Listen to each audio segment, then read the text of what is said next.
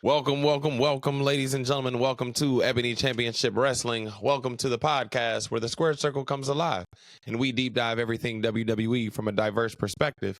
Tonight, we discuss Cody Rhodes finishing the story, Drew wins and loses, and WrestleMania 40 comes and goes in a big way. The boys are here. Wrestling is cool again. This is ECW. Let's get it.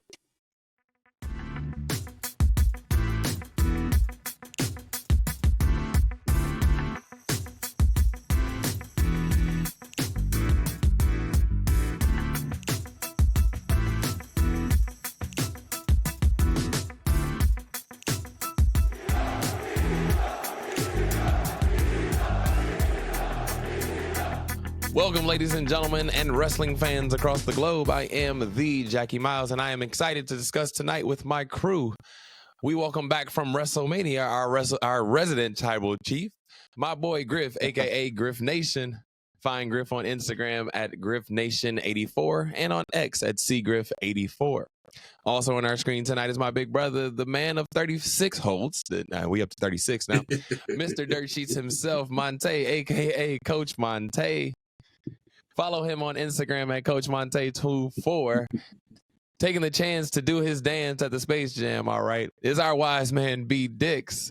Find him on Cash App at BDix989. Find us all on Instagram at Ebony Championship Wrestling and on X at Ebony Championship Rest. This episode is brought to you by Mondo Burger. Yeah, Mondo Burger. Okay. Well, okay. All right, boys. I'm a dude. You're a dude. We're all dudes. We're all dudes. Hey. Mondo Burger's back in. We're all wrestling dudes. Mondo Burger's back in business at the explosion 20 years later. What's going on, boys? How's everybody doing tonight, up, man? Boys? Coach, how you feeling, brother? What's going on? I feel good, man. But I just want to hear from Mr. WrestleMania, man. Fresh. We had an extra day of rest, so obviously, hopefully he got, he's well rested, but he's got a lot to tell us, man. You kick it off, Griff. Mr. WrestleMania, what's up? Hey, fellas, man. First and foremost, it's glad to be home safe. Definitely from a long, tiring, powerful weekend. Of course, man, WrestleMania, man. I mean, there was no break in between. Maybe an average of 1 to 2 hours of sleep the whole 5 days I was there, and it was well worth it. And, man, I was just excited, man, just to be around the wrestling community, the wrestling fans. It was a different type of energy this go around, man. I mean, one of the biggest WrestleManias of all time. Of course, we saw the beginning, we saw the finish, we seen everything that was going on, man. I'm excited to kick this off and talk to you guys more on this episode about it, man. But Griff had a great time. I wish you boys could have came and joined this go around. But next year is on and popping, man. But other than that, man, I'm back home. It's going to take me time to recharge that battery. For those that never been in WrestleMania, did a WrestleMania week, it takes a few days, and especially now at my age, now it takes some time to recharge and recover that battery in that machine. So other than that, fellas, man, I'm glad to be here with my brothers tonight to talk more about this and go from there. Good deal.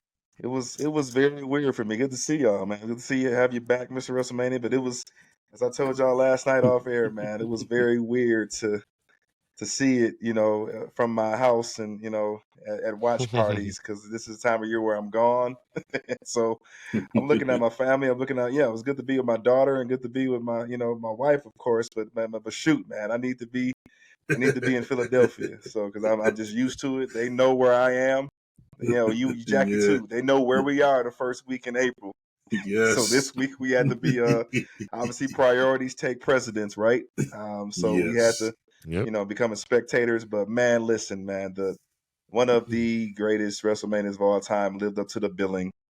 And obviously it tugged at my heartstrings, every emotion, both nights. Obviously, night 2 outdueled night 1, and we'll get to that today. But man, listen, it was definitely snuck in my top 3 WrestleManias of all time, easily. And I'm just excited to chop it up with y'all about it, man. And I was from beginning to the end. It was great, man. Exciting stuff. Wrestling is indeed cool. It was for sure. Yeah, indeed it was. Professional wrestling is definitely cool again. Jackie, what's up? What's up, Jackie? Good to see you, Not brother. all alive, boys. It's been a good couple weeks, man. good couple of days, I should say. Post Wrestlemania now, we're all kind of tired. I know Brian said it at the top of the hour when we first got on, and he tired, and I'm absolutely agreeing with him. But it's refreshing and nice to be back on with you guys here tonight. So I'm excited to get into this discussion about what we love, WrestleMania, and the time that we normally have together. We had to spend it apart this year. As you said, Coach, priorities took place, and we're smart gentlemen and know when to sit down when we need to. We're getting ready. We're getting ready for Vegas next year. Hey, we're getting ready for Vegas next year, right? That's all it is. So we just had to figure out that part. Hopefully, we all in Vegas together. That's all. I ain't worried. It's in God's hands. I don't know, man. I don't know, man. The last time we was in Minneapolis, Coach, we had a good time. I don't know about the rest, brother. Oh man, I forgot.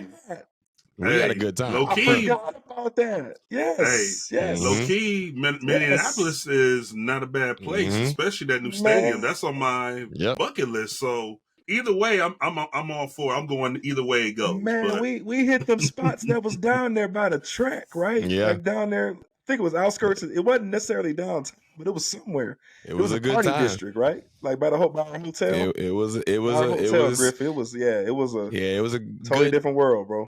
It was a good 4 blocks or so of parties, and we had a good time. Let me just say that. So if either way, next we're gonna be next all right. WrestleMania, we're gonna be all right.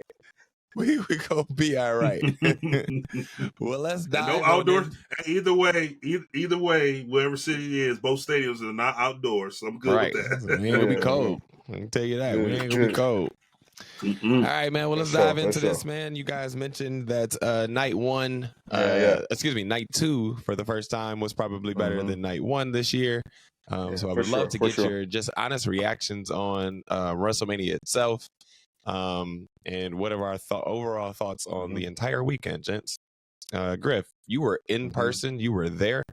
Go ahead and start us off and let us know your feelings towards WrestleMania 40.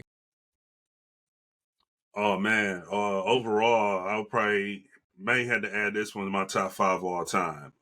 Definitely. Besides the cold weather, the first night it was still awesome. I did come prepared, unlike a lot of other people. I came with my jacket, I came with my hoodie, and my thermals and compressions and everything else. So it was what it was, man. But the energy in night 1 was like, kind of different. You know what I'm saying? But good energy because you were going in not knowing how the night 2 was going to play out or what was going to happen, So you have your one side of Cody's, you have your one side of the bloodline. But other than that, man, overall, man, both night 1 and night 2 was tremendous. I think the cards were fabulous. The matches and the sets were very good. I love the entrances. Quite not a lot of pyro, but I'm okay with that as well too. But a lot of new tires, new theme musics. Overall, man, this was a great WrestleMania, man. I was excited to be there in person and witness that type of energy. And everybody was just all on the board, man. This is like one WrestleMania I could say where no matter what the outcome was, if the person you was going for won or lost, we were still happy because now professional wrestling is cool where we're enjoying professional wrestling, not beefing and having conflict with one another because of how this person was booked that we like or, what I'm saying, like that, man. I was excited, man. Professional wrestling is cool again, as they say. And I just felt like a brotherhood, sisterhood, familyhood that whole weekend in the city of brotherly love. Yeah. That's what's up. That's good, man. Coach, what were your thoughts? I felt, because they've been saying this for the last, 3 years or so, the biggest WrestleMania of all time. Thought it was kind of cliche, but this was the first year it actually lived up to the hype. And and I enjoyed every moment of it. Obviously had a chance to kick it at watch parties and I had one myself Saturday night here at my house and then went over to my boys on the Sunday night. But I felt like, I think I told y'all this offline, man, we felt like a kid again. With all the emotions that it gave you, stirring every emotion that you had.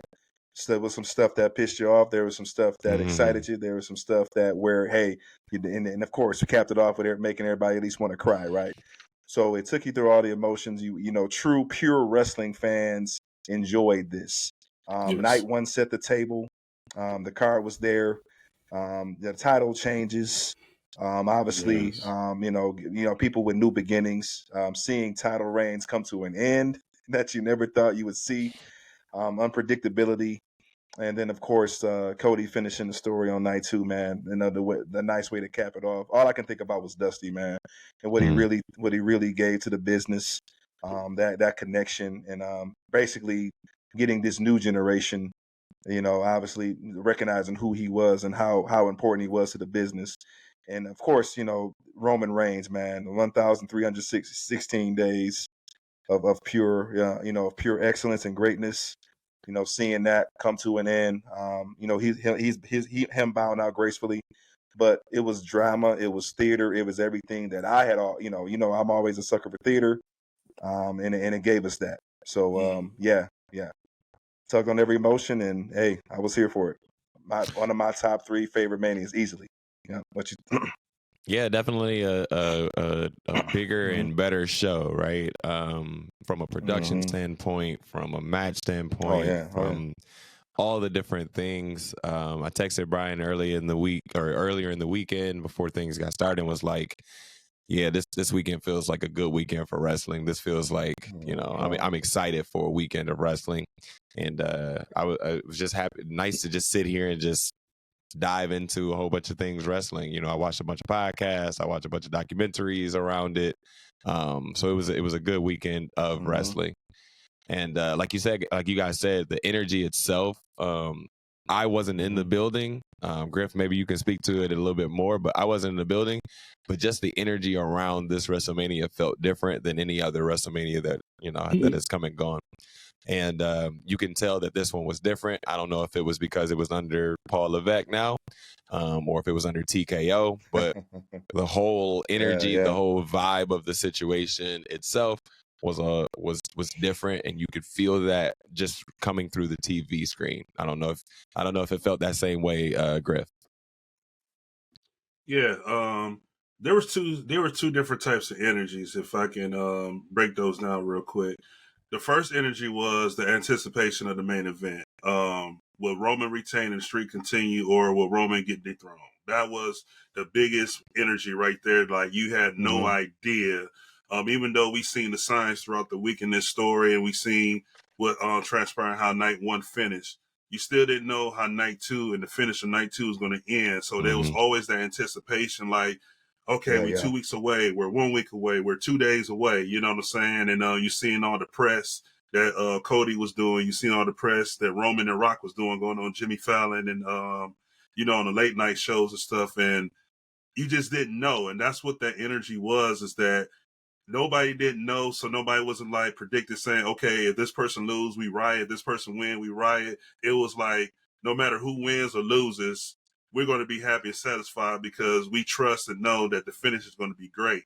But also, fellas, the biggest energy that ain't talked about, and I have to share this on our show because this is Ebony Championship Wrestling, the fact, like, the Black culture was highlighted heavily throughout the weekend. You talking about the brother versus brother.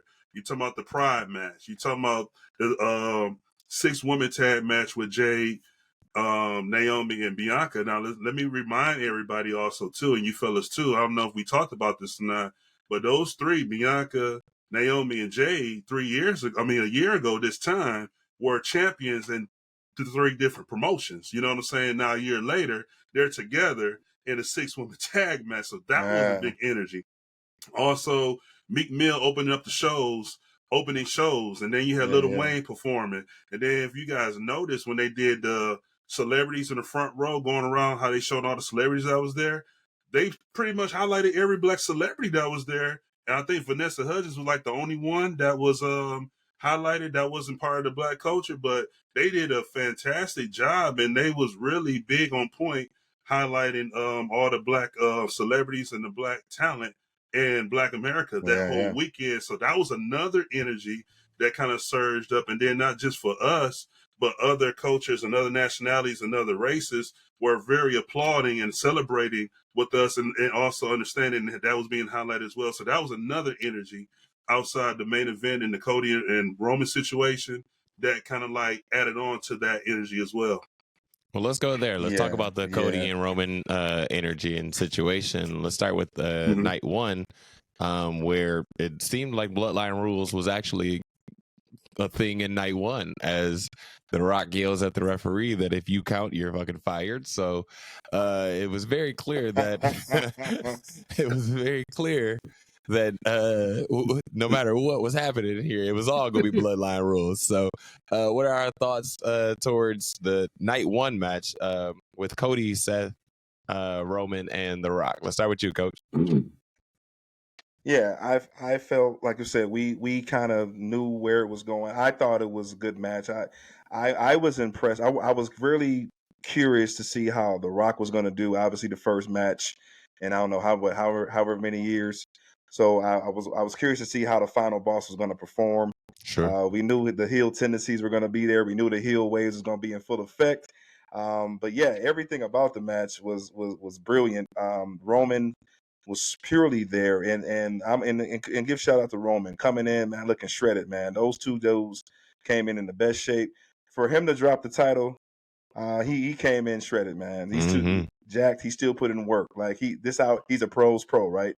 So Roman basically, carrying the match, obviously talking his ish, doing what Roman does, picking on Seth. Seth was, if you notice, Seth was a sacrificial lamb most of the time because they had to, selling that knee, selling the back. So it was a good pace. I felt it was, it was greatly timed to where it let The Rock showcase, what he was doing. Hey, I have put in 3 months of work and it showed. And Rock had a great showing, man. For him to carry this feud up to this point, having fun in that heel role, obviously making impact, beating up Cody and Mama Rhodes and all of that. But I felt that it was a great story. They did their thing with the storytelling. And obviously with The Rock, as I predicted, y'all, once my predictions was on point. So as I predicted, Rock pinning Cody, for the great night one ending, which set the table obviously for everybody, what everybody calls the end game the next night. So, but yeah, it lived up to billing on my end. I loved it. Yeah. So entering the Infinity War final scene, the night one, being in that crowd, I missed a lot of the trash talking. I seen a lot of the lip movement and the lip syncing, but missed a lot of the trash talking till I watched the film sometime earlier today, and I was like, my God. But what I liked the most about that tag match was I felt like the finish of that was right. The Rock defeating Cody. I mean, that was the way you're going into the Bloodline rules. I had a earlier conversation right before the show. My cousin, his wife, came down as well, and we were talking, and he said, I was telling him, like, Roman got to beat Seth. Roman never pinned Seth, so that's how the Bloodline rules happen. And he's like, no, that don't make no sense. Rock has to pin Cody for Bloodline rules to happen. That makes more sense because you can do Roman and Seth another time, but Rock and Cody, this is basically based on them more than anything. So that's the next story. I said, okay, that makes sense. And sure enough, that happened. But one of my favorite things watching it, besides the trash talking, Corey Graves, Pat McAfee, and Michael Cole was telling the story like none other in that commentary booth. And when Roman interest came through, Pat McAfee was the only one holding up the one. He kept looking at Michael Cole like, throw your one. And Michael Cole was like, I ain't throw that crap up. You know what I'm saying? But that's the storytelling going to that. So that's, the part where I don't see being in the stands, all that. But then when I watch it back, I said, man, it makes the match that I said was like an 8 then more to a 9.5, 10 now, because you see it from the both different angles, man. But the storytelling, the entrances, the Rock entrance was crazy. That bull on fire, phenomenal. And that electricity, like in the stadium, fellas. I don't know what type of speakers they were using, but when that electricity was going round, round, it vibrated like the whole stadium. Like your whole body and your heart was just vibrating like, oh, that's cold, because they were making you feel that electricity. Like, okay, we're going to make you feel this as well, too. But the entrance, the finish, the commentaries, of course, the spots, watching The Rock lip syncing all them F-bombs out the day. And then also I saw the one where you said, if you count, you count. You go no fired. You're fired. You're fired. But man, that was great. And then also, great.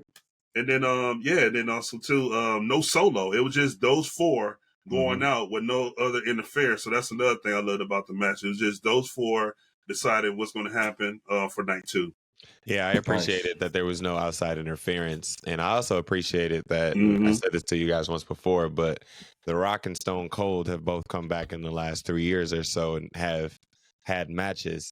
And both of their matches have gone out into the crowd. They've been legit matches, 20 plus minutes.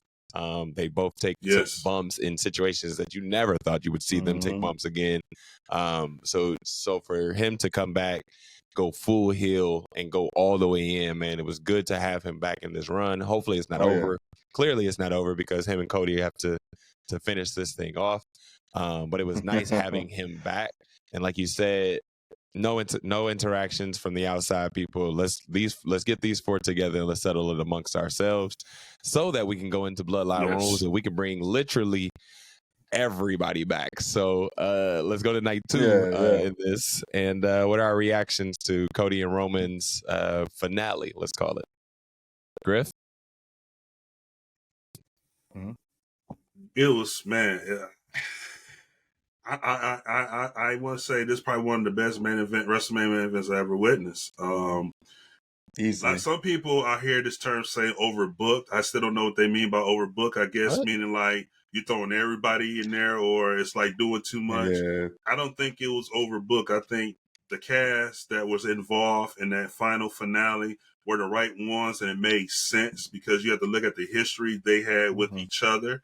I know a lot of people was praising with Stone Cold, but to me, I feel like Stone Cold didn't make sense in that situation. I know everybody wanted to hear that glass shatter, but I felt like with Stone Cold coming out because his popularity and how much attention he brings, I think that would have took that away from Cody and how that finished. And plus, you know, if Stone Cold gets in there, then you got to stun Roman. I don't think that finish would have been great to stun Roman and then Cody get the pin because Cody technically didn't beat him in that case. But I think the biggest shocker, which caught all of us off guard, and I did call it that day, not with us in our prediction, but that day, I was like, hey, I said, what did they throw a curveball and do Taker instead of Stone Cold? Because everybody's expecting Stone Cold. That's got to be Stone Cold, man. Did you see the TV truck? I said, hey, you never know, man. Like, you never know. Then all of a sudden, man, out of nowhere, that gong hit. I said, whoa, wait a minute. Then it made sense because, for one, when The Rock left WWE, he didn't see this Taker from, when he returned as a dead man all the way back here. So that was one thing. But then Taker also had a, WrestleMania 33, we know how that finished, and that didn't go well. So that made sense for Taker, who had an interaction with Roman more than it is Stone Cold. But the finish was great. The match was great. Both of their entrances was phenomenal to see Brandy. Beautiful stuff come out there with her husband and everything, man.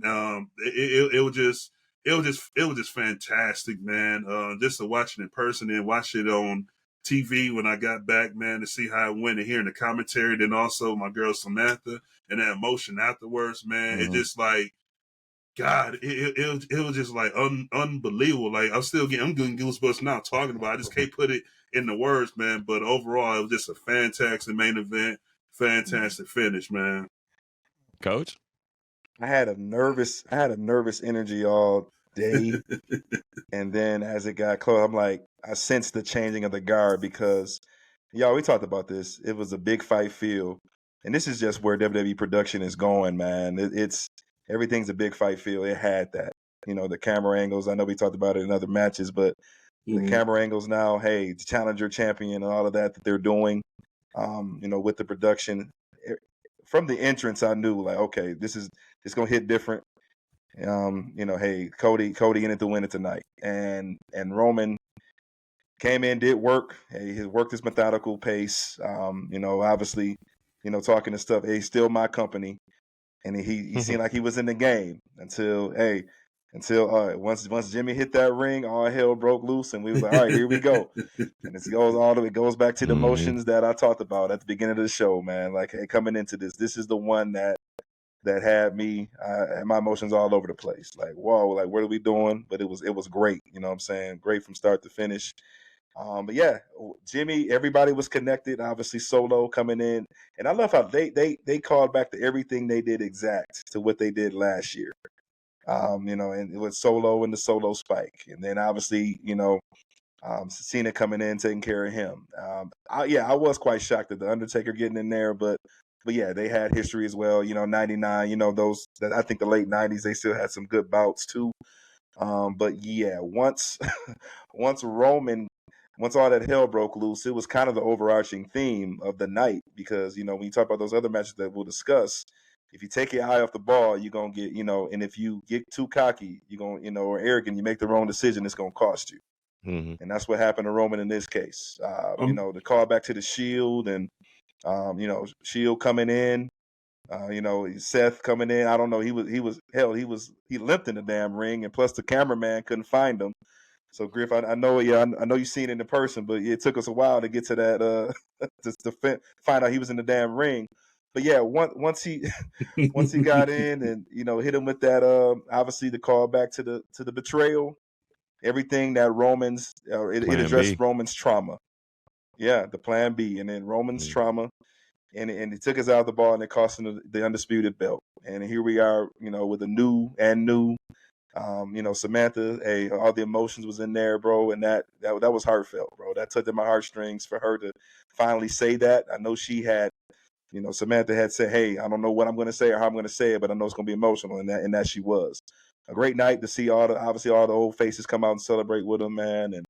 I would have liked to see Dustin, but we get it in the AEW, so whatever he's got going on over there. But hey, perfect ending, man, to for him to finish the story. Yeah, that indeed it was, man. It was like you guys said, all the emotions, all the nostalgia, all the callbacks to the different things. B. Dick said all the significant people from Roman's career. All the callbacks made sense to me. And one thing I appreciated about this WrestleMania for myself is that I didn't buy into all of to Twitter and everything like that. And I was trying to just like watch it and just be in it and enjoy it, man. Yeah. And not knowing what's coming next definitely got me. And like you said earlier, Coach, it took us back to our childhood, man. It made me feel like a kid again watching wrestling. And to just see that match transpire and see it go down and just be in awe of like the show that we are watching, right? Like you guys have been saying the whole episode, wrestling is cool again, and it was definitely that this weekend, simply just based off the drama of this match, right? The drama, the emotions off of this match. But from that, we get new beginnings and new things are happening here in WWE as we take off into what is now being called the Paul Levesque era or the Triple H era as we move forward. We got some new champions. We got some let's start there. We got some new champions, and the one I want to talk about is first Drew McIntyre, who is indeed considered to be a new champion at the time. So let's talk about Drew first, and then we'll probably talk about Seth at another time. But let's talk about Drew and Drew winning and then indeed losing. Crazy run. Coach, you seem a little bit more emotional than the rest of us around Drew McIntyre. So why don't you start us off here? I was pissed, man. Man, I ain't gonna freaking lie, bro. I was pissed, man. Like, had me in there cussing on a Sunday, bro. I forgiven. Y'all, right. Yes, please forgive me, Lord. But yeah, y'all knew I was with Drew from day one from Royal Rumble, bro. In his bag with the promos, the shirts, doing some of the best work, you know what I'm saying, since he's done since being in WWE. Like finding a way to get out of the obscurity and actually figure it out. And he got in his heel bag. Like, and he got a social media slammy, right? Didn't he? He run for using social media. Yeah. So big ups to him for that. So he's in his bag, like he feeling himself, and that was the payoff. Like, that was the payoff. The social media slammy was the payoff. That was a payoff, right? I love the match. Physical. Like he came out with a Claymore. Like, and I thought I was like, oh, squash. That's why I put in the chat, squash alert. Like, look out. You did. I was like, maybe after the third one, you know what I'm saying? Yeah. But yeah, he did what he was supposed to do. He beat up on a obviously already hobbled, less than maybe 70-60% Seth, going into that match. But but dude, when you win the match, Get the damn belt. You got the respect from Seth, and get your ass out the ring. Please go back. Celebrate with your family.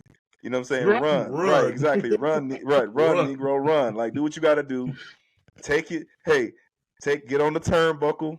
Go to all four corners of the turnbuckle and get your ass out the ring. That would have been the perfect night for me. But instead, he want to take his ass over to the CM Punk and rest his history.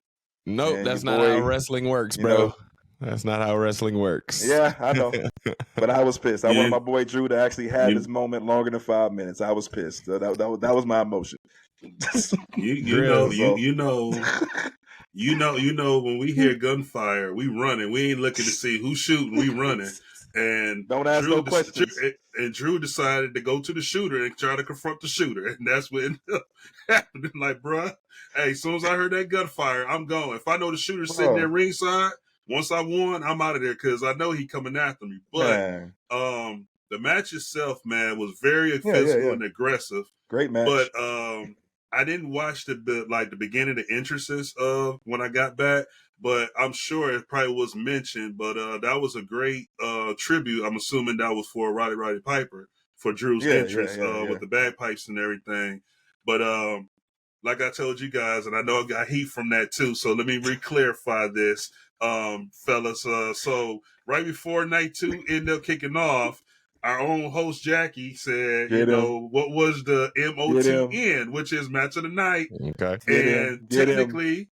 Technically, I said Bloodline, the main event, which was the match of the night, in which it was. However, I should have been more specific. And again, I was sitting next to all the electronics and the TV production stuff. So I don't know what happened in the text message and what ended up happening. But I also mentioned, quote, and it wasn't part of my prediction, but it was just also me throwing out there that Priest is going to cash in tonight, which, if you saw night 1, Seth got hurt. So it made sense, like, Priest got to cash in today. And that's all I threw up in there. So let me clear that up. That's the whole truth behind that. But, yeah, man, we see Punk and Drew definitely brewing.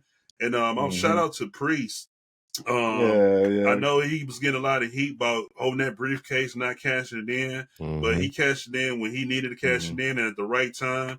I did mention before we got to all this pivoting and CM Punk getting injured, that he was going to cash in on Seth and probably end night 1. That was my early prediction before the whole CM Punk and this pivot ain't going to even happen. But to see him come out and cash in is rightfully deserved, and I'm excited to see what this run is going to be these next few weeks and these months, depending on how long he retains this.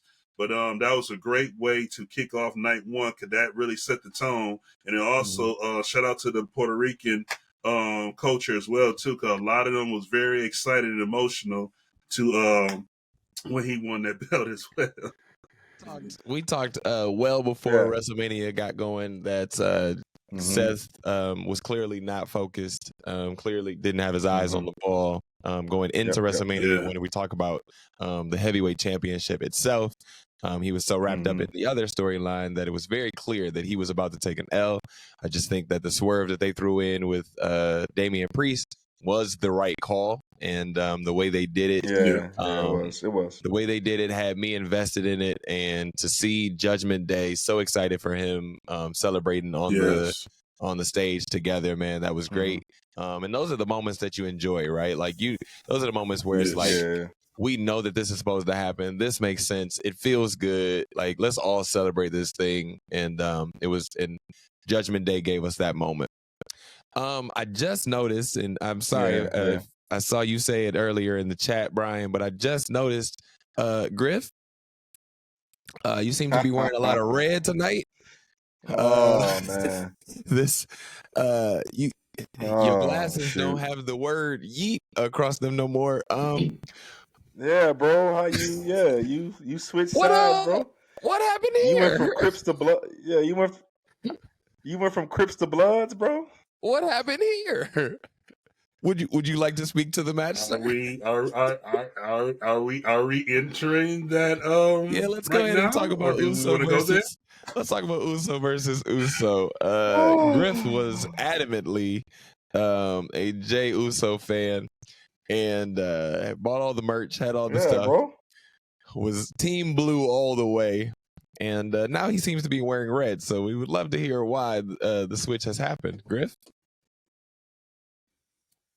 Well, I called this one. Now, this is the truth, fellas. Everybody watching. Night one, what was the match of the night? Griff pick brother versus brother. That is 100% accurate. He did. Unfortunately, the match was not the match of the night, in my opinion, for night one. They go as expected. Was not. I felt like this story was dragged out a lot.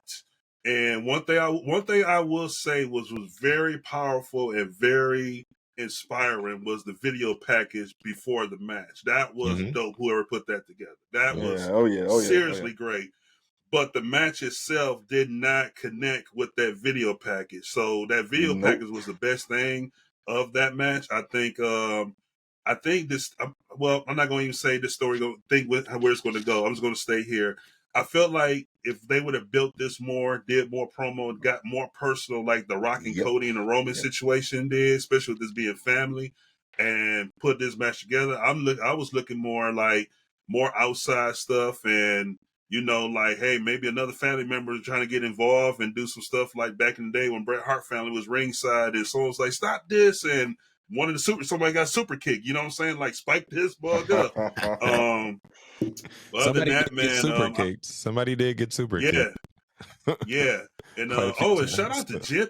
Shout out to Jimmy, because I didn't notice them dunks, them dunk lows or whatever he had on. Them was fire. Shout out to whoever did them, because them was dead fire. But overall, man, this match I picked was match of the night. Unfortunately, it wasn't to me. I think it could have been a little bit more that goes into it. But for me, the video package definitely, to me, was the best thing more than the match. Agreed. Okay. Coach? I was totally disappointed in this match. The most, besides the Santos debacle, this was the one right behind it as far as most disappointing matches of the entire Mania weekend. And it pained me to say that, man, because it was we expected way more than that. Obviously, we talked about the drama, we talked about the build, the history was there. I know, Jackie, you mentioned 1 week. Hey, the story's there, and just hands needed. But in this case, we needed everything. We needed a little bit more background. Why I hate you, why I want to fight you, why is it this, why is that? And I just think we didn't get the brother drama. We didn't get the pull these people in to really get us invested and actually set, once again, the theme of the weekend. Give us a big fight feel for this one. And they failed tremendously in that regard. So I know, hey, it was tough, twins. Twins for the first time, branching out on their own individual gimmicks, trying to figure it out. Their first Mania match, so of course nerves are there. They looked like they were uncomfortable, or I don't know if I don't know if the shackles were on, and it just seemed like they really couldn't get into their bag. I know it was cold out there, but there's no excuse. You still gotta. It's that stage. You gotta go perform, and they didn't live up to the billing. It was totally it was totally whack. They started out on the ropes. I thought we was going to get their style until they just started, I don't know, they got into this, hey, whatever, anything you can do, I can do better. Hey, big brother, let me top you, little brother. Here, take this, take that. And obviously it turned into Super Kick-A-Mania. And then with a terrible ending, terrible finish, obviously, with the Jimmy okey doke, but that still didn't do much to to make it better. But yeah, I wanted more. I don't know how they're gonna. I don't know if the fans would want another one, because I thought to myself, how could a rematch be set? Are we still telling the bloodline? Are we still in the bloodline story to where they could possibly do it again? I don't think so. You know what I'm saying? So I think they missed their moment. And I also thought about Rikishi, like damn, like, hey fellas, we could have did a little bit better. But so I'm sure he totally was proud. Disappointed, man. I'm sure proud because they're on a stage, but let's just talk about from a real standpoint of what we should have got from a wrestling standpoint and storytelling point. It wasn't there. Well, I think it's twofold, right? Like, I think one, like you said, the story wasn't there. I think it's simply because Jimmy or excuse me, Jay is coming out of the bloodline. So it's like there has to be more drama to this, like what the bloodline storyline was. Everything was, all the eggs were into The Rock, Cody, Seth, and Roman. All the eggs were into that basket, and it was like, oh, this is an afterthought. We probably should have planned this out a little bit better as far from a promo standpoint. I said that they didn't need to say much, and I recanted that the very next week. It was like, nah, we probably need to say a little bit more to get this going. Yeah. But the second part of that is like, y'all are twins, y'all are brothers, y'all have been wrestlers y'all entire lives, y'all have known the business and known whatever, and y'all knew at some point y'all were going to be on the stage together, and it's like, that's the match that we got. Like, I said this, offline, like Coach and I, we could probably put on a good 20-minute match right now just off of chemistry, So, I just felt like they, like Brian says, they too talented to not give us a little bit more.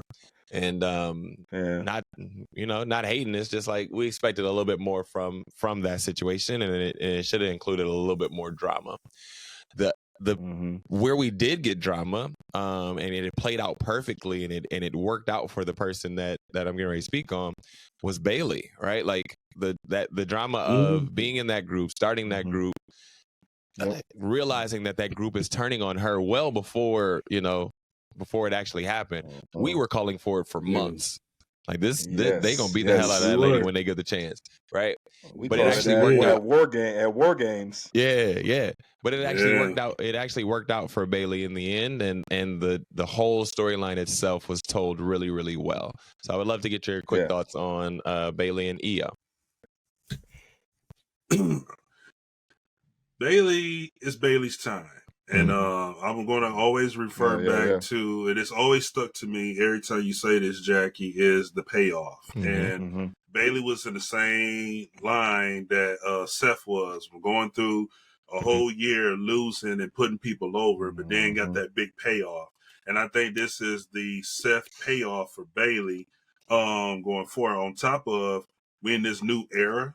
And we have the draft coming up in a couple of weeks. So right now, there's no way, and it's kind of challenging to see where this goes. I know she's going to be Mr. Fat. SmackDown's in Detroit here Friday, so they're supposed to do an opening or some kind of championship celebration for her with that. I don't think the story for her and Damage Control is over just yet, especially with Damage Control both going 0-2 this weekend. I don't think that story is yet, but it's Bayley's time. It's Bayley's well-deserving. She's one of the last 4 horsewomen that get a real legit title run on this main roster. But more importantly, with the draft coming up here in a few weeks, I'm looking forward to not only what brand she'll probably land on with the belt, but also the new challengers and opponents and stories that she can mix up with outside of Io and Damage Control. Who do you think is her next opponent, Griff? That's a good question. Good question. That's a great question. I really can't say and don't know off the top of my head. I think it's like one of those I had to like really see like her on a couple times on SmackDown to predict that. But I think Io is going to be another rematch with her and Io. But I would love to see possibly her and possibly, I know this is going to sound crazy, fellas, but I know they work together, train together, but somewhere down the line, I would love to see her and Indy Hartwell get into it with each other. Okay. All right. Coach, what are your thoughts on Bayley and Io? Oh, yeah, he said it best. It was a time. I always said it, you had to shut down the monster you created.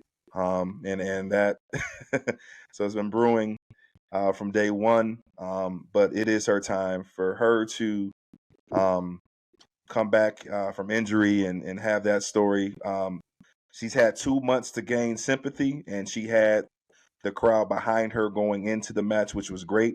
So now she's set up for a fresh babyface run. I'm really curious to see how she's going to handle it again. Looks like she's got, some inspiration. I think some of that Egyptian theme she had from her entrance, I think that was her and Sasha, taking the trip out there, right? So she kind of got some inspiration from that.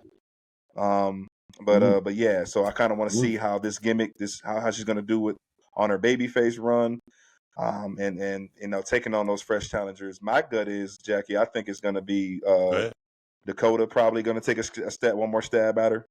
Okay. Before it's all said and done, if she's the mouthpiece of Damage Control, I think she's considered the head now. So with them only being 3 members, I think one last stab with Dakota, and I think before she goes on the new challengers. In my opinion, I let's give kudos and flowers. Evidently, it was. I always told you this, and I think you guys agree with me. Even though it was a sucky rain, Io Sky put on a great match with her that night. Let's just talk about the performance those ladies put on, uninterrupted. Mm-hmm. No BS, no shenanigans, no Damage Control interference. And Io, hey, the spots in there, her counter off of the Rose little bump or whatever she calls it. So some of the things that Io did her best work in this match, as she dropped it. So I just want to give her credit. Absolutely. And obviously, yeah. So, but yeah, the ladies put on a great match. Bayley, it's well deserved, and I'm curious to see how she's going to handle the babyface run.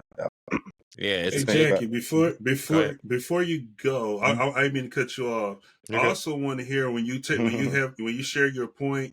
I also want to hear who do you see will be a good opponent for Bayley in your eyes as well too. Yeah, I think they have to deal with Damage Control a little bit longer. I don't think the story's finished there because there's they gave us so many details that we probably need to go back and call back some of the things that needed to happen. And to your point, Coach, Dakota is a good look. But for me, I think you got to get somebody out of those Jet Beauties, right? Like one of Naomi, Bianca, or Jade, and put one of them up against her and see what happens from there. Because all 3 of them are now faces clearly, and so they need something. And I'm sorry. Let me step back on my statement because I just told myself they're all faces, and Bayley's a face now too, so I can't go with that one. Or faces. Yeah. So I can't say that. So maybe they are sticking with Damage Control a little longer then, and seeing what happens from that. So I guess the only thing I can say is sticking with Damage Control. So.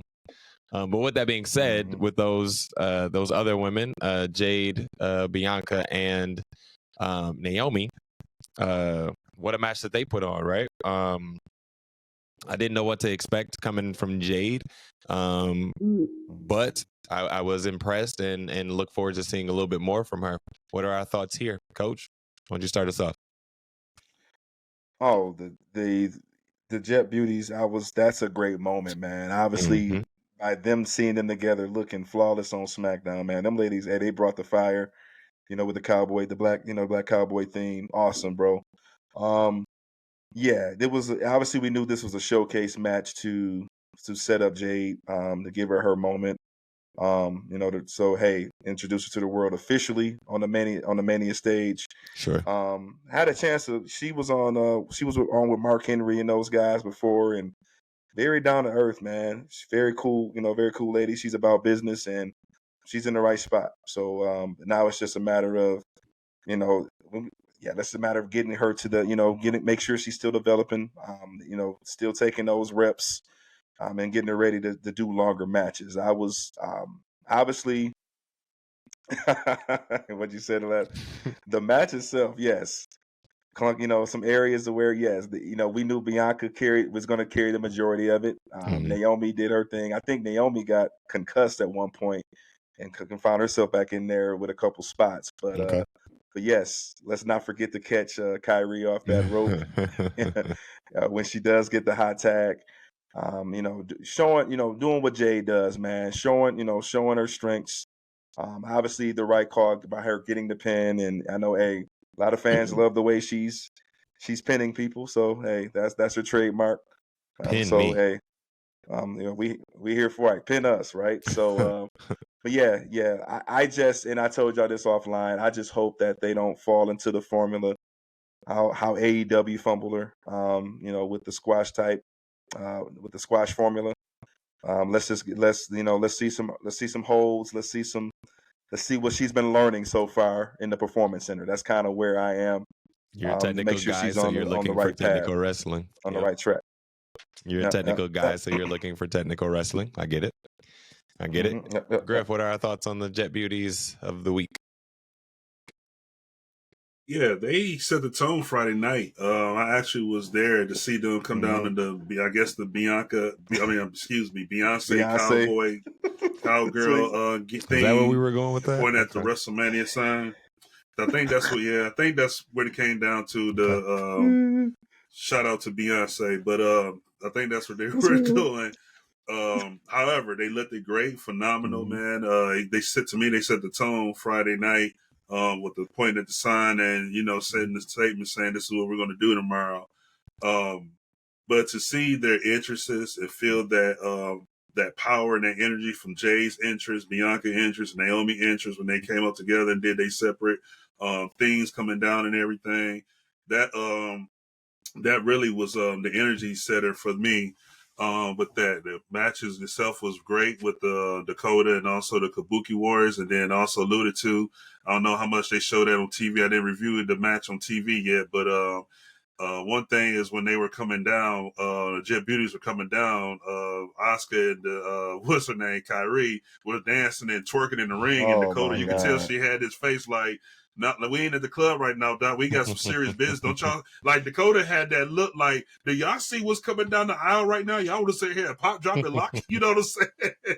And that was fun. But one thing, I will say, man, I was excited to see that.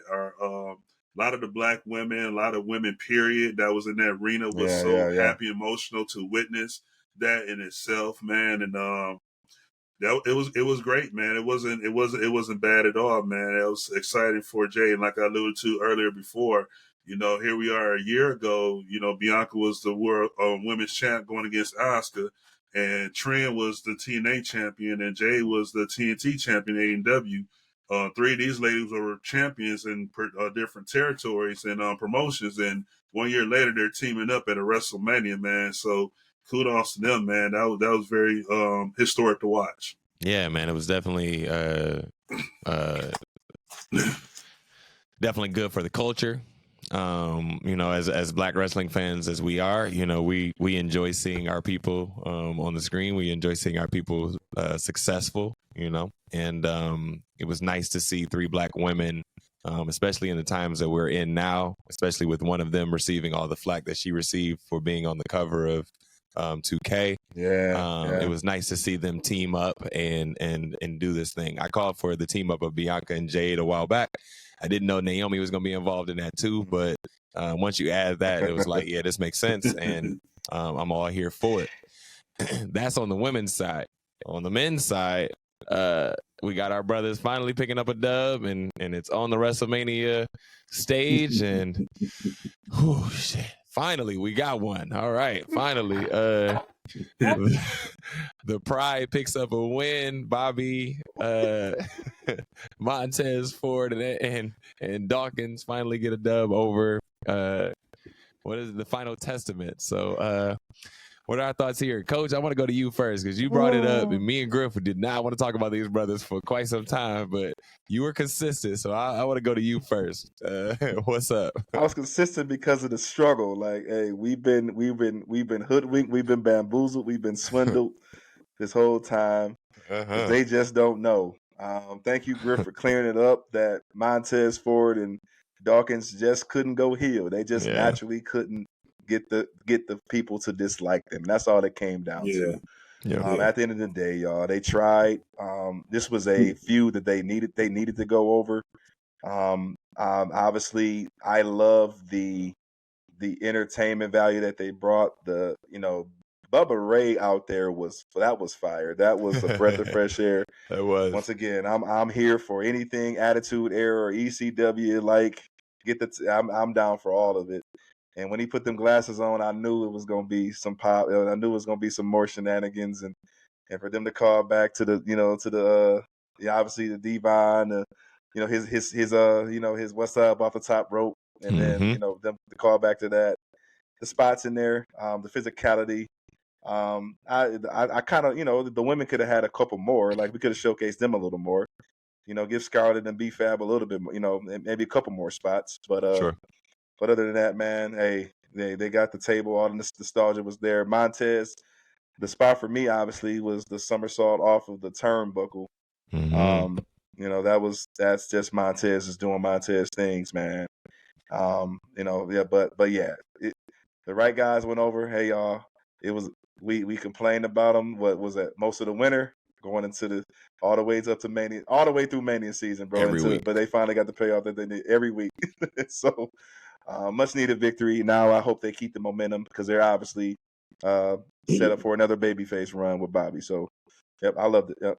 Go ahead, Griff.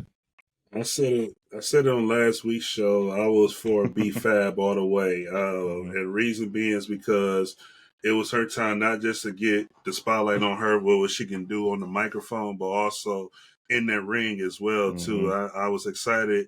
And although just wasn't a big or many spots that she had, but just to have that spot with her and Scarlett go through that table. Long as she got some kind of spotlight on her at that's all I was happy for. No disrespect to the other 6 competitors that was in there. I knew what they can do, but my main thing in that match was Scarlett and B-Fab, because a lot of people don't know, like, they're very good in the ring at what they do outside the microphone. Sure. It's just WWE has never showcased it for them yet. But for them to be on the main stage and go through a table like that and have that spot, especially with B-Fab being, our sister, that's highlighted that week with the rest of everybody else. That was my moment of the match there too. But also, man, you guys brought this up and I had a chance to watch it. In fact, I ain't watched the match, but YouTube literally created a Snoop Dogg commentary highlight for that match. And boy, let me tell you, I laughed. Man. I laughed, and I said, "Oh my God!" Like, yo, can we at least have Snoop Dogg? I don't care how many. I don't care if it's at least 2 or 3 PLEs per year. I said, invite him to do commentary for a match, like, because like the stuff he was like really saying. Like the stuff we would normally say, like when we was in school or in the hood, man, he's like, "Oh, watch out over there tonight, man. You better watch your back." He was fire on that, man. Wise man. Yeah. Go ahead, Coach. Go ahead. No. I was just saying, Wise Man had all the cracks. He was dropping them in the chat. I was just laughing at Wise Man's reactions too as they was talking. But yeah, go ahead. One thing you gotta love about Snoop is he's always gonna bring the energy. And I remember when he was calling that Nate Robinson, that Nate Robinson boxing match, and it was the same thing. And that had me dying for days, dog. That had me dying for days. So Snoop is always gonna bring that energy. And always needs to be on a mic at all times. Always needs to be on a mic at all times. But I think Coach, you said we've been talking about the Street Profits and Bobby for some time now, and we've been not necessarily complaining about it, but we've just been frustrated because we know that the run could be really, really good if told the right way. And we've been clamoring for them to be together. We've been clamoring for them to bring like the Hurt Business back. And this is kind of that 2.0 version of this, if that's what we want to say here. But we just want them to be booked the right way.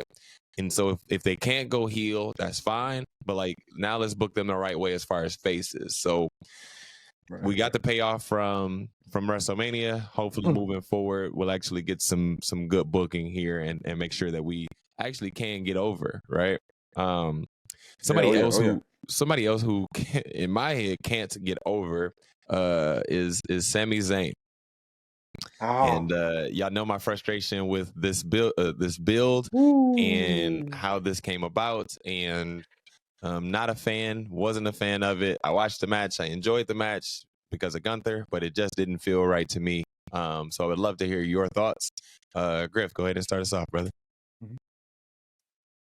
I felt Chad Gable should have been in this position. The way I felt about this match is when I looked at Gunther's run as the champion, he was putting up bangers, having 20, 25, 30-minute matches, like aggressive matches with opponents. And I feel like this was not, I said, for him to lose the belt, that he didn't get one of those type of matches in that, you know what I'm saying? This underdog story didn't make sense to me because Sammy is well over than to be an underdog. I think if you're going to do an underdog situation, do it with Chad Gable. Why? Because he had tag team opportunities with what's his name, Jordan, he the producer. You know what I'm saying? He had tag team opportunities with Otis his last few years with Alpha Academy.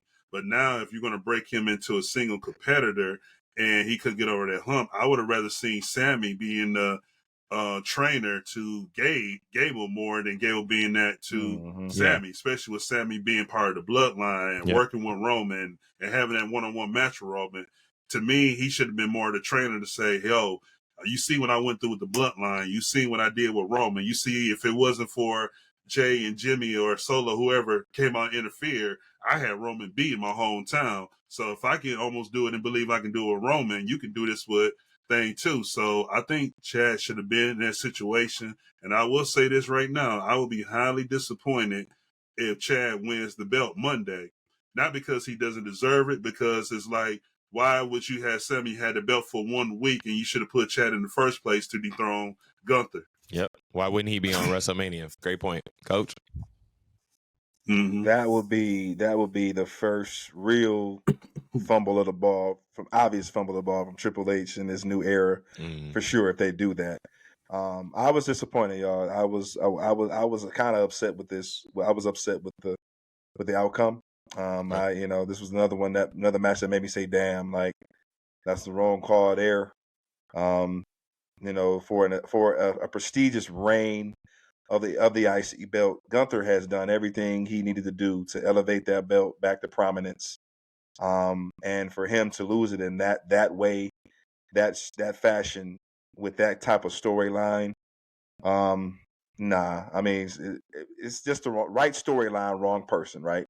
Sure. We said, right, the right type of, because you needed to make Gunther's still the Goliath, right? And you needed to be obviously, hey, who's the right David? And in this case, it was the wrong David. Should have been Gable all along. I was for Chad Gable this entire time. That match that he did with him back in last year, that was a banger. Still, to me, was one of the top matches of Raw of last year, of throughout the entire year, in my opinion. And they should have brought that back, tried to outdo that match on the Mania stage, and Chad Gable got screwed. Sammy didn't need it, y'all. He's a veteran. He's not. We've said it for numerous weeks on here.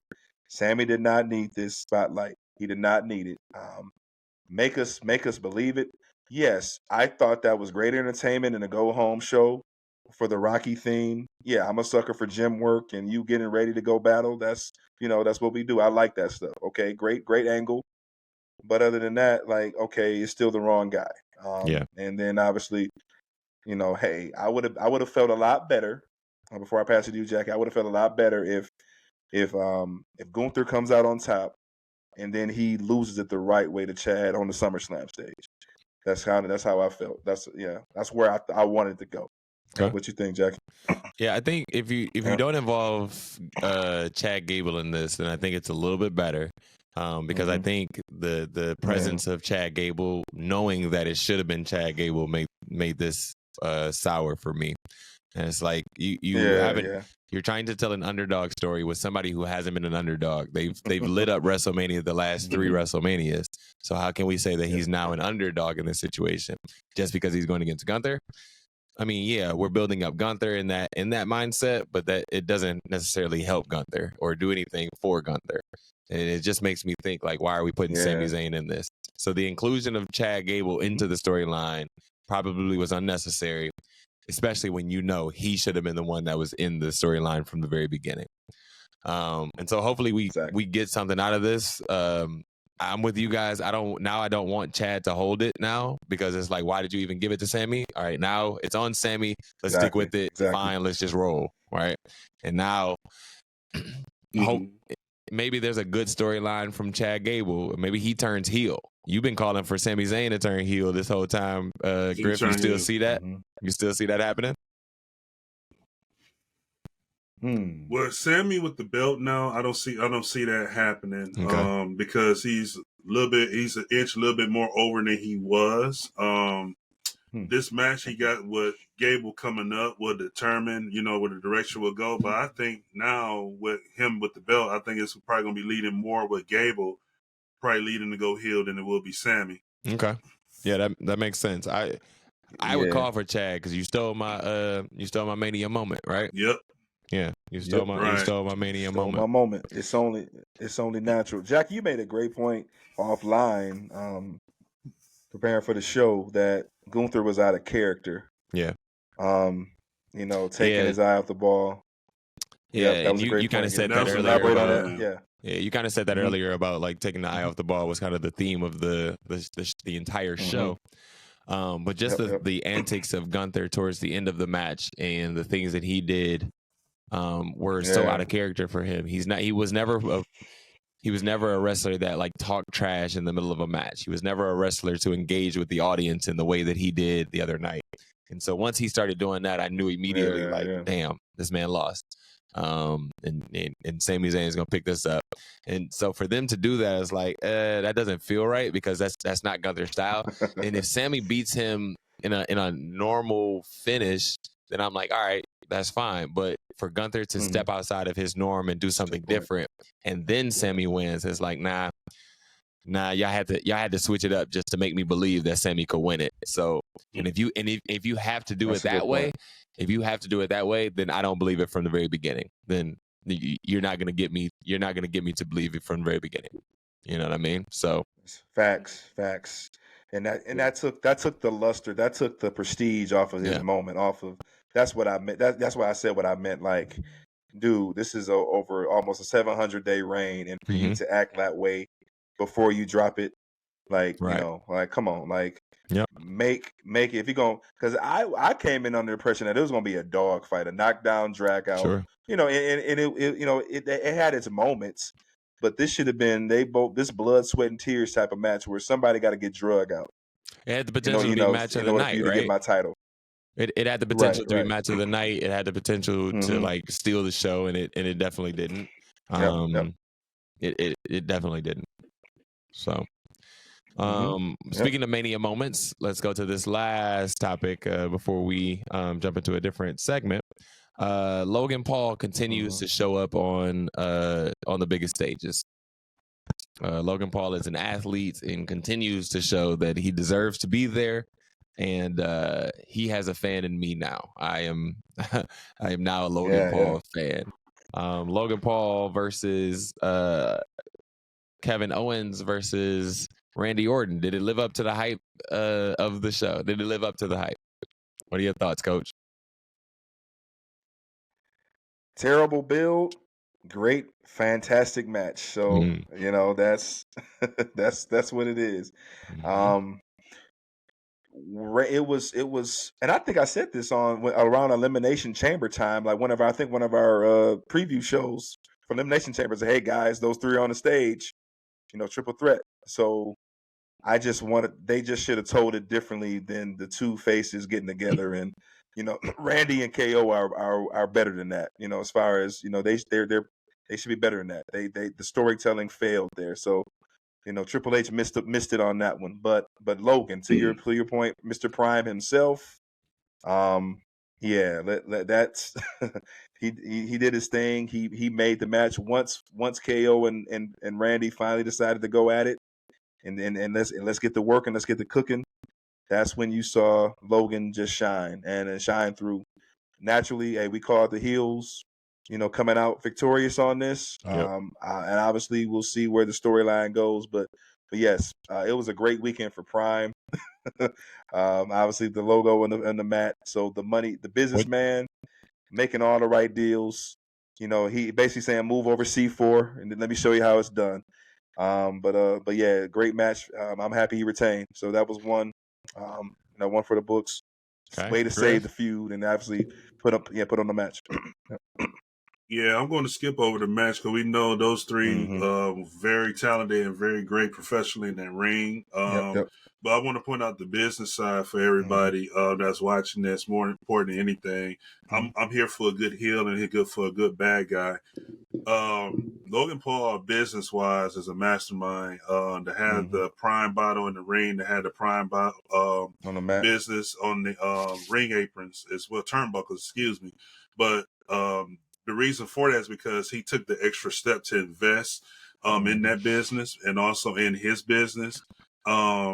C4 and Cricket Wireless, who had plenty of opportunities and partnered with WWE all these years, didn't take that extra step. Sure. And now that Logan did it, now they're pretty much way behind the eight ball now. Now they're looking to renegotiate, do this and that. Now because of Logan did with Prime, Logan has a vision that he's not doing it just for himself, but he's trying to put wrestlers, the WWE talent, on spot. Mm-hmm. Cody it was the first one he got to have his own Prime bottle with his logo and everything on there. And there's plenty more to come after that. So I know Logan, and we all talking about Logan, how great he is in the ring.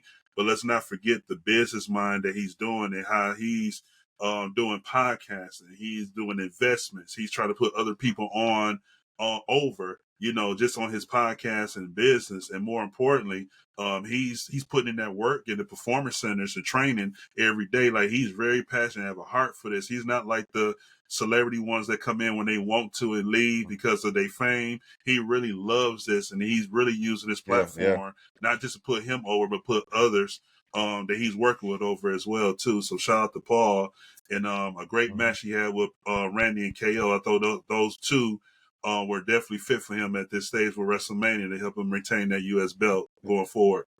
Yeah, we definitely know he has the business savvy. We've kind of tuned into his podcast a little bit more now that he's a little bit more prominent on WWE TV. So we see that he has the business mindset. He's built himself up on YouTube, so we can't really hate because he's done his thing on YouTube and built himself up into a brand. And now, he's a household name. And he can wrestle. At the end of the day, and he can wrestle, right? Like on Friday Night Lights, and he can pass. Sorry, that's my mind going back to that part. But yeah, he can. Thank you. He can actually wrestle. He can put in that time. Yeah, he's put in the time. He's put in the work, like Coach just said. And he's built himself up to be a good wrestler. And I'm glad that he's actually a part of the company and making this thing bigger than what it is. The Prime logo bottle on he can talk that ish too. Yeah, and I mean, this is what he does, right? He's used to being in front of the camera, used to being on the mic, and now he's just carrying that over into the wrestling world. The Prime logo in the middle of the ring, I would love to hear your thoughts on it really quickly. For me, it's something just to get used to.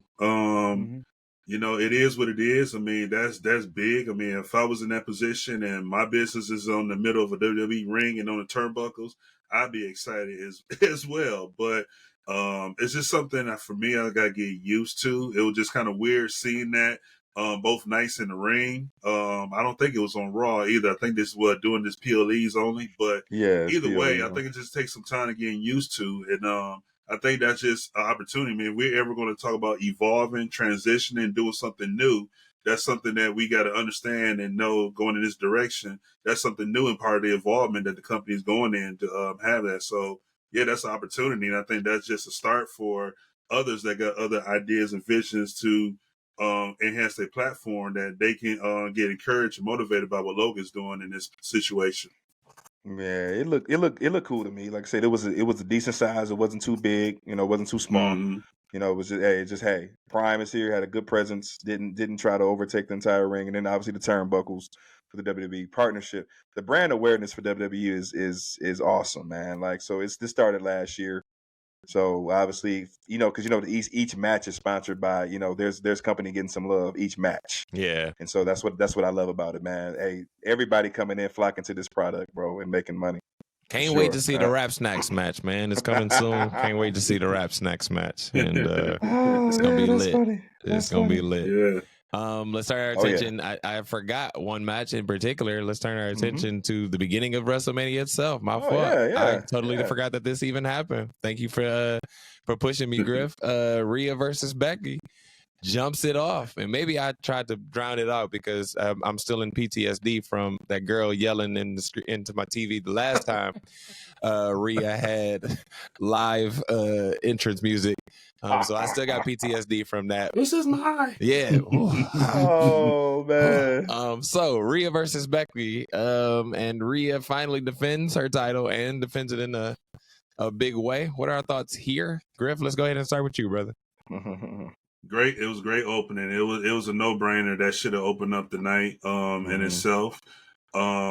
Rhea's entrance was energy. There was majority of everybody in that building was Rhea, and this is what Philly crowd is all about. They are more cheering for the heels than they are for the faces. And I experienced that Philly crowd right off the bat, like Rhea, like before she even came out, like they were all for Rhea. Like there were no way they wanted Becky Lynch to win that match. It wasn't no disrespect to her, but it's just Rhea has captivated with so much momentum.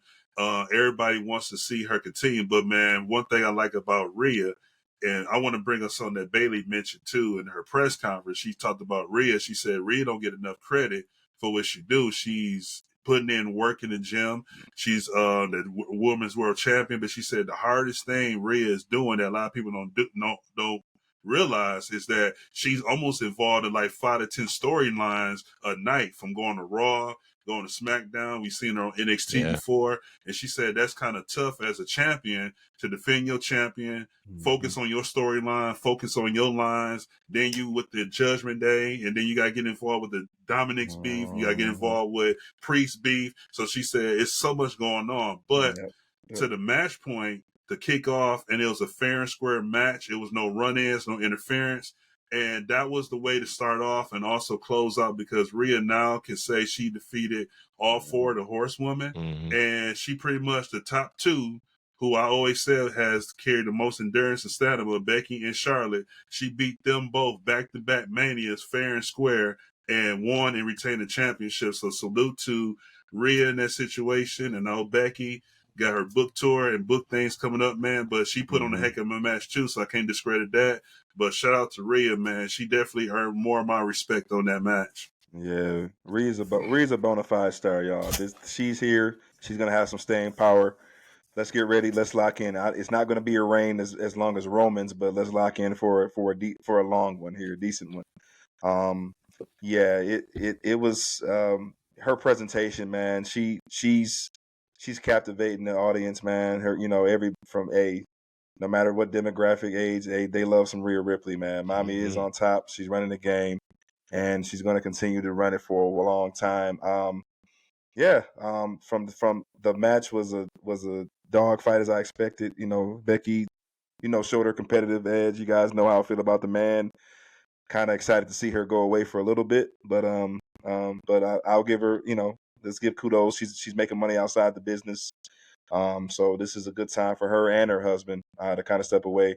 But solid match to get Mania, popped off and on the right way. But yeah, Mommy's the star of the show, bro. And let's lock in for a long one. Right. That she is, bro, and that she is. She, like I said, I still got PTSD from the entrance, but once the match started itself, man, they did it. They did their thing, and it was nice to see a good start to the show. I appreciated that Triple H said that he doesn't look at it as the women's roster or the men's roster. It's just straight up, this is my roster, and it makes sense that this storyline goes into this slot.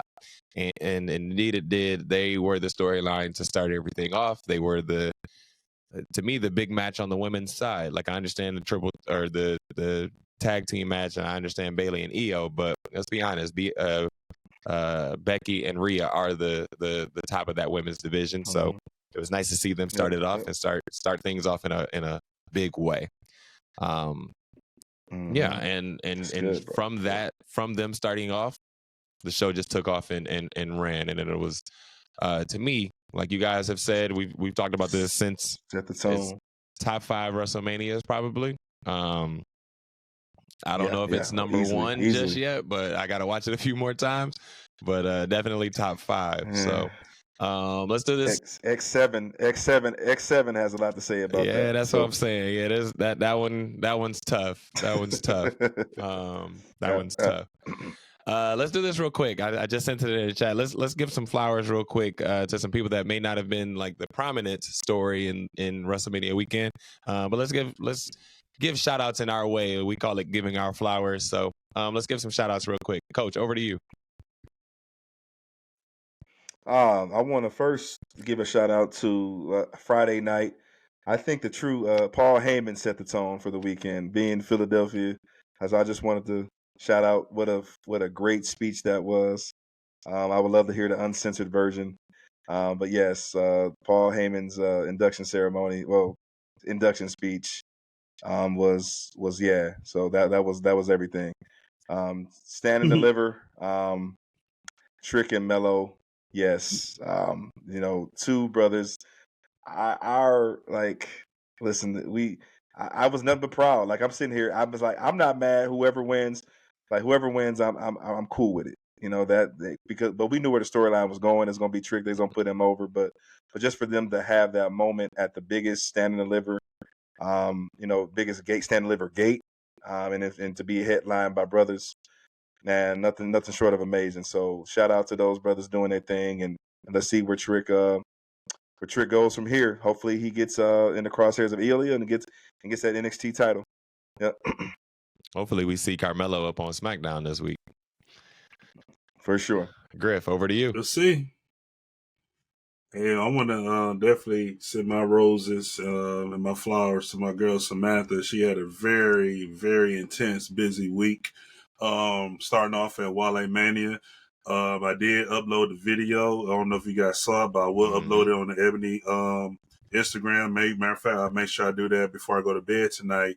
But she had she did this thing with the flute, and they gave her the Razor Ramon beat. It went viral. I recorded the whole thing. Hey, I seen it. God, Lord have mercy! Like that girl is talented. She's dope. But I want to give flowers to her because she had an awesome night at Wrestlemania. But more importantly, man, she worked the whole entire night, one night, two, announcing, and then had to turn around and announce and do the announcement on Raw. Man, that takes a lot. Her voice is shot today. Yeah, that's insane. But I just want to give a shout out and respect. She already know this, and if she's watching this, she already know how I feel about it. I already sent a message and DM'd her and told her how much I'm proud of her for what she did this weekend. And I want to give my flowers to her because for her to be a woman and be in that position with all that pressure, and she handled that so well. A lot of people couldn't do that, man. And when I seen Lillian Garcia reach out to her and told her how proud she was, that's how I knew she was up there and she made it. For sure. Kudos and shout out to you, Samantha. Keep doing what you're doing. We are indeed fans of Samantha on this here particular show. And we are always going to root for Samantha. Oh, yeah. I want to give my flowers to two of my favorite people in the business, man. Finally winning the Raw Tag Team Championships. Awesome Truth. Shout out to them picking up the win. Truth came back. Truth came back, and we were like, oh, yeah, Truth back on TV. This is going to be great.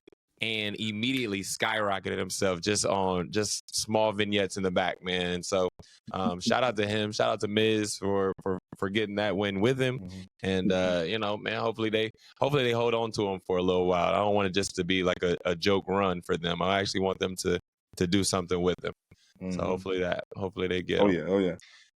All right, man. Just wanted to give some shout outs to some people that normally that wasn't a part of our big conversation of Wrestlemania, but we didn't want to go without mentioning them at some point. But like we talked about the whole show, the energy around WrestleMania itself has been palpable, man. And myself, Coach, and B Dix, while we didn't get a chance to see it in person, we got a chance to watch it from afar. But we did send a representative of ECW here, and Griff made his way over to WrestleMania 40.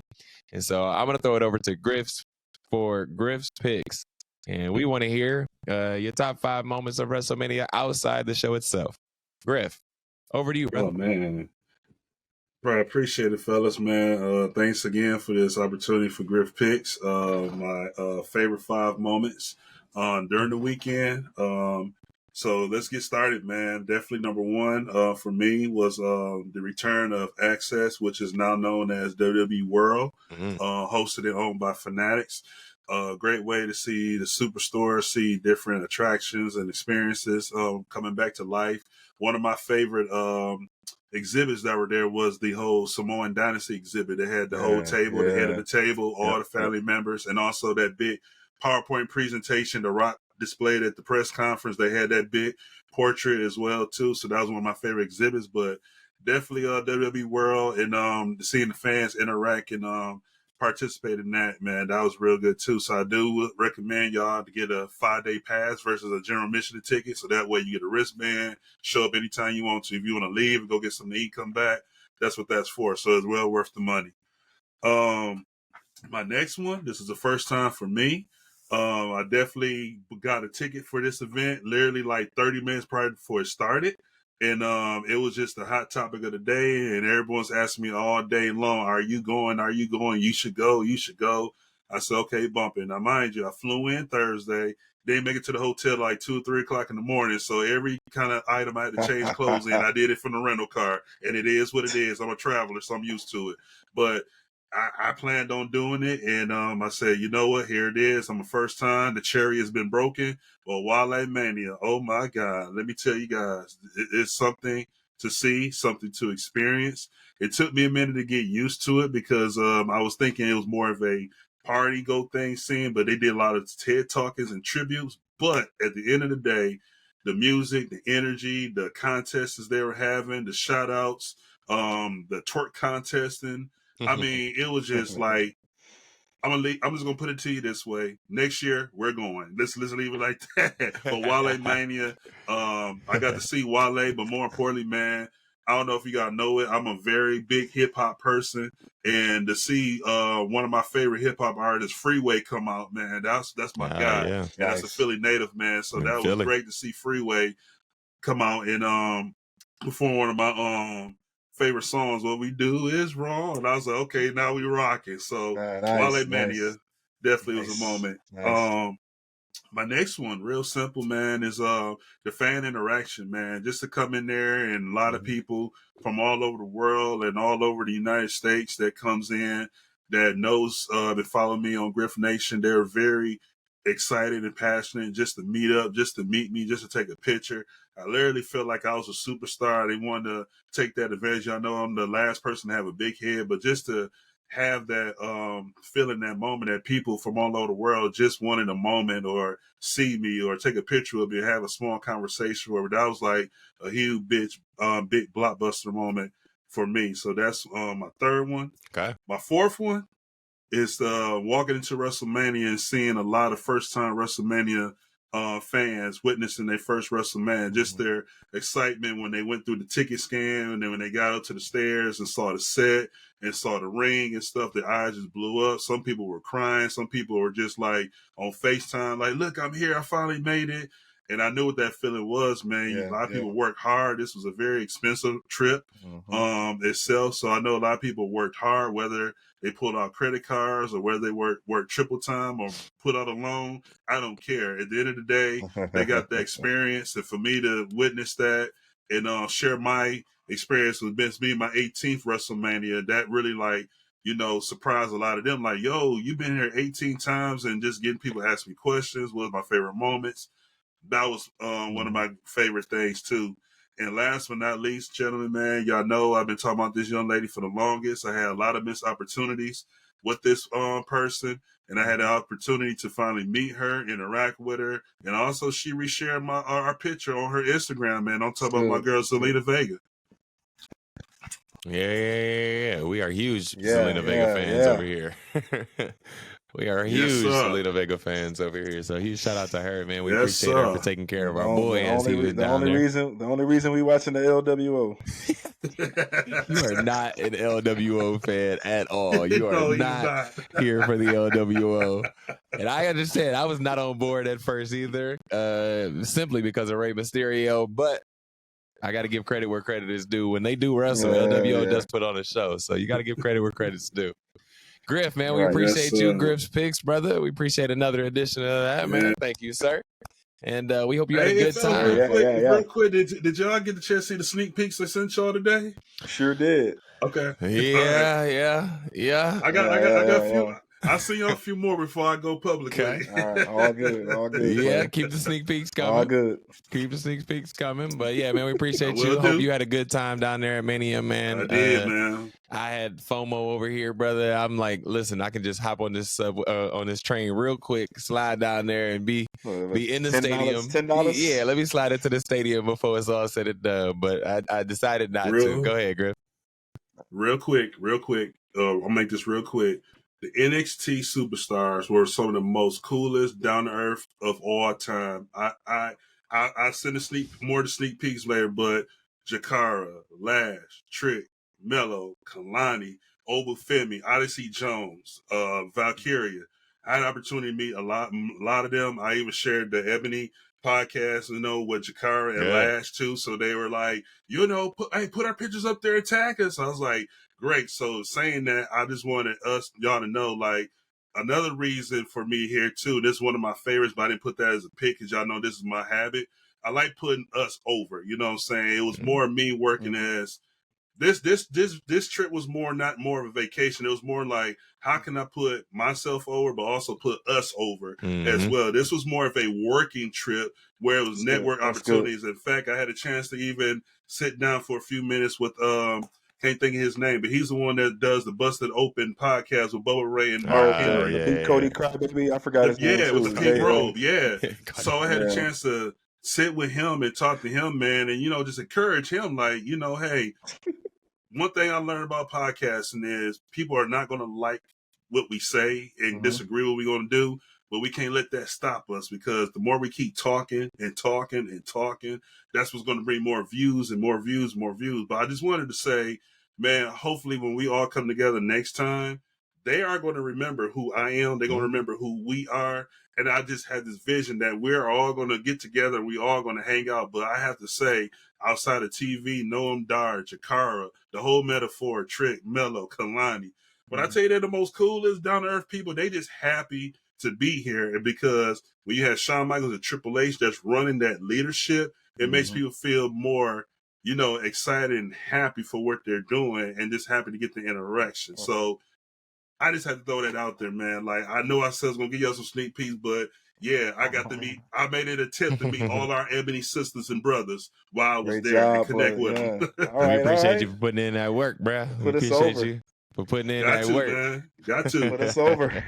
Hey, y'all can't call me Tribal Griff if I'm going to sit around and not do nothing about it, Doc. Like, got to put it in, You never know what the future going to leave for us. That's the thing. Let's go ahead and switch gears now. Let's turn our attention to our fantasy league. And I'm going to go ahead and pull this up now, and we'll see what happens here as we look to crown our first Ebony Championship Wrestling Champion. That's how I want to say it. Yep, the first ECW champion. Let's turn our attention to that now. All right. Gentlemen are starting to recollect their roster choices. Oh my God. And clearly there are a lot of champions who are no longer champions, and folks who were not champions who are now champions. So a lot has changed. So let's move it on and see what we got here. Oh boy. Okay, here are the point systems here. I can't do the math, so I don't know who's on top just yet. It's unanimous. Unanimous. All right. The results are as such. Here's what's happening. Yeah. If you are in first place, you get one free spin or one free buy. If you are in second place, you get two free buys. And if you are in third place, you get 3 free buys, because we believe that if you are in third place, you deserve some sympathy, and we're going to give you a few more points. Give me all you got. Yeah. Oh, that brother just knows he's in third place? That's crazy. That brother just knows he's in third place. Hand me my bronze medal so y'all can sit next to me. Well, yeah, let's go there. You have predictions though too. I mean, I actually did good this round because I was the top guy coming out of the rounds. Yeah. So Coach I actually ends did good. with 77 points in season 1. That's not bad, brother. Let's go ahead and get that brother again. Considering where I had to come from. So yeah, you came from the depths. I'll be back. I'll be back season 2. You came from the depths. We'll see what happens next season. I was in dead. second place and ultimately in first place. Essentially, that's where we're going to get to with this next pick here. In second place is Team Griff. Team Griff finishes with 125 points. Congratulations to you, Of course. Brother. Yeah. All right. And in first place, and the inaugural ECW champion. This is the part where I start to talk my shit. Right. Is indeed Jackie Miles finishing with 155 points. Yeah. Nice. Hey, Jackie, for the viewers, congratulations, by the way, first place winner. Thank you, sir. Being the first inaugural champion. Congratulations. Salute to you. Thank you, sir. It was well deserved. Like, I knew right away, like, this was unanimous. But before we go forward, can you please go back to the second screen, please, for our viewers? Yeah. Okay. No, not that one. The one before. Okay, I'm sorry. The roster. Yes, the roster. You're the roster. Yes, I want the roster. Okay, there you go. Okay, ladies and gentlemen, I'm gonna take the flow on this one here. Oh Lord. So let's look at Team Griff here. Tribal Chief no longer champion. Nope. The Architect no longer champion. Nope. EO no longer champion. Nope. Check this out, y'all. My only safe haven was the three individuals in a triple threat. That's the only one I got. Yeah, you got screwed. Yeah. But and if you look at Jackie, that's what I'm saying. And if you look at Jackie's, you got a new champion in the Nightmare. Dub. You got a new champion still retained. For Drew for a moment. Dub. You had Rhea. You had Yeet. Dub. A-Town, come on, look at this. Dub. Ilya Dragunov won NXT Championship on Saturday. Dub. Exactly. Exactly. Speaking I'm of just NXT, saying, I am the champion. I got some credit for Trick. So. Hey, nigga, you in third place. This is my time now, brother. I'm in third place. Bro, I couldn't even. Well, you got the night. Hey, it's now time for the final boss to speak. It's now time for the people's champ of ECW to speak. I said it from the very beginning that I wasn't gonna say anything until I got the dub, and damn it, I got the dub. So now it's my time, damn it. True. I told y'all from the very beginning I was gonna win this shit. The final host, you damn right. you damn right. I'm the final host. That's right. I don't know I don't know how to talk shit. Y'all know what it is. I'm just gonna hope my draft is good next time, and then we're gonna move on and keep it going. We'll see what happens. But I'm excited, man. This is fun. This is intriguing. Coach brought himself back into the mix, and he got some points though. That's what I'm saying. Made himself, close to the 100. A challenger here. But yeah, man, we're gonna keep this going as we. Catch Griff first. Yeah, you got to catch up. We can sit down like that. We're gonna see what happens with the rest of this draft, man, and we'll draft again in the next few weeks and restart the point system and see what happens from there. But this one has been fun, man. WrestleMania was a time. WrestleMania was indeed a show. Shout out to the production team. They put on this weekend because so many different live events, so many different shows, and all of it seemed to run without a hitch, man. And just we as casual viewers from afar could tell that it was such a good time. And I'm sure, Griff, you enjoyed yourself, brother. And I'm glad that you got a chance to get in there and enjoy it, man. And we'll continue wrestling conversation as wrestling starts to get cool again. And hopefully people that are watching who don't necessarily know what wrestling is, hopefully if you're watching us, you'll join into the conversation with us. And then hopefully that'll take you over to the product and you'll enjoy that just as much as we do. With that being said, gentlemen, let's get on out of here. And let's let the people know where they can find us. Griff, take it away, my brother. You guys can definitely locate me on Griff Nation 84. Stay tuned. I'll be posting and sharing a lot of different content from the weekend. I'm not sure what day and time and the hour. just stay tuned. Griff Nation 84. Also, make sure you hopping over to the ECW page on IG as well, Ebony Championship Wrestling. And also, you can locate me at X, formerly known as Twitter, at CGriff84. Mm-hmm. Coach, let the people know. All right. You can find me at Coach Montay 24 at IG. Like we said every week, continue to like and subscribe. We appreciate the love and support. As always, wrestling is cool again, man. So y'all come in here. A lot of new viewers that are in, especially after this weekend. So it's a great. The product is back, and we are riding this rocket ship, man, because it's been fun, and we in for it for a great rest of the year. Yeah. Seems like it's going to be a great time, and we look forward to it all. I am the Jackie Miles. You can find me on Instagram and on X at Jackie Miles 42. B Dix is in the background. You can follow him on Cash App at BDix989. Send him a couple dollars, man. You never know. You can follow us all on Ebony Championship Wrestling on YouTube and on Instagram at Ebony Championship Wrestling, on X at Ebony Championship Rest. We appreciate all the love and support, and make sure that you like, share, and subscribe. Send it off to your people. Let the people know what we're talking about over on this side. This is Ebony Championship Wrestling signing off. But Coach, let them know. We never tapping out. We are never tapping out. Good night. We'll see y'all next time. We'll see y'all. Peace.